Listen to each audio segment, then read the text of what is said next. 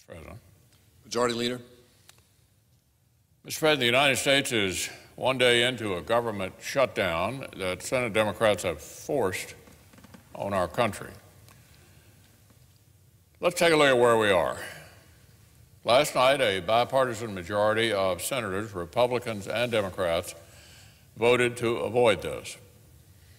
A bipartisan majority voted to advance a non-controversial bill that already passed the House and which the President has already said he'll sign. Of course, like any compromise, this funding bill cannot be all things to all people, but this bipartisan bill does what we need to do right now.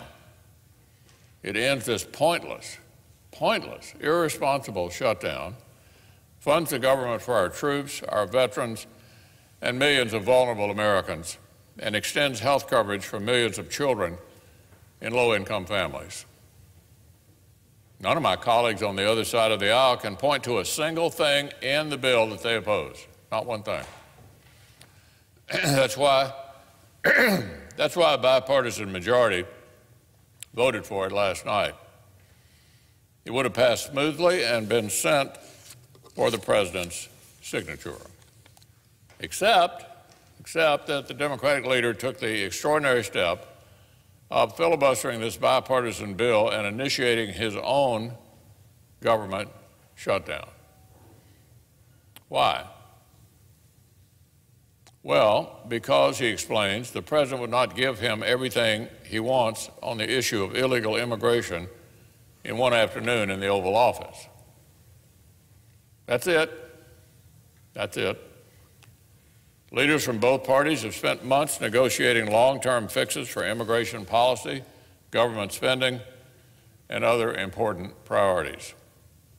Senators on both sides want a bipartisan solution to DACA and other immigration issues. Senators on both sides want long-term funding for our troops. Bipartisan, bicameral negotiations on these matters have been underway for months. Here's the difference between the Democratic leader and the rest of us tonight. The difference. He wants to keep the government shut down for hundreds of millions of Americans until we finish negotiating on the subject of illegal immigration. Wants to keep the government shut down until we finish a negotiation on the subject of illegal immigration. Shutting down the government over illegal immigration. Look, those discussions on the immigration issue continue. We don't have to shut down funding for our veterans, military families, opioid centers, or anyone else who relies on the federal government over the issue of illegal immigration. The occupant of the chair is one of the people involved in that very subject. There's a lot of interest around here on both sides of the aisle in dealing with it. But it's not an emergency. All of these other issues, which are affected by the government shutdown, are emergencies, particularly the children's health care issue. Look, the American people know what's going on here. They got this figured out. A survey this week shows that a majority of Americans say funding the government is more important than passing legislation on DACA. Legislation, by the way, that doesn't really exist and which the Democratic leader cannot present to us. We hear a lot of talk about it, but we haven't seen it. Fewer than half of Democrats, in this poll I'm talking about, fewer than half of Democrats say that dealing with DACA is more urgent than keeping the government open. And these numbers came in before Americans picked up their newspapers this morning. When they did, they read from the Associated Press exactly who is responsible for this chaos. From the AP, Democrats blocked a 4-week stopgap extension in a late-night vote, causing the fourth government shutdown in a quarter of a century. You might say they pinned the tail on the donkey. The New York Times, not exactly a bastion of right-wing sentiment. Put the blame exactly where it belongs. Senate Democrats blocked passage of a stopgap spending bill to keep the government open. Now, Mr. President, Senate Republicans remain ready and eager to end this totally manufactured crisis. This is not a crisis. It's a manufactured crisis. We voted to avoid it entirely in our bipartisan vote last night. We're ready to vote again. All the country needs is for the Democratic leader to withdraw his filibuster and let a bipartisan majority pass this bill and reopen the United States government.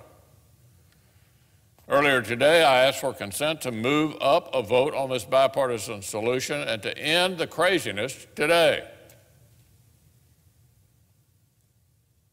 Democrats objected. That won't work forever. If they continue to object, we cannot proceed to a cloture vote until 1 a.m. on Monday, but I assure you we will have the vote at 1 a.m. on Monday unless there's a desire to have it sooner. In the meantime, shutdowns have consequences. The Democratic leader may be playing for political points, but the rest of us understand that the readiness of our armed forces, health coverage for poor children, and survivor benefits for the families of fallen service members are the farthest thing from a game. Playing with all of those lives over the issue of illegal immigration. Congress has a lot of work to do. We need to provide for our warfighters, secure the border, resolve the DACA issue, continue work on health care, and attend to many other key priorities. I want to move forward on all these issues. And we can when the Democratic leader's filibuster comes to an end. Because these talks are only being delayed, not advanced, but delayed by the Democrats' filibuster and the Democratic shutdown it has created. So I want to assure the American people we'll be right back at this tomorrow. Say again to the American people, we'll be right back at this tomorrow and for as long as it takes. We'll keep at this until Democrats end their extraordinary filibuster of government funding and children's health care and allow a bipartisan majority of senators to reopen the federal government for all Americans and to get Congress back on track. The Democratic leader may put his personal political priorities ahead of everything else, no matter the cost, but Republicans stand with the American people.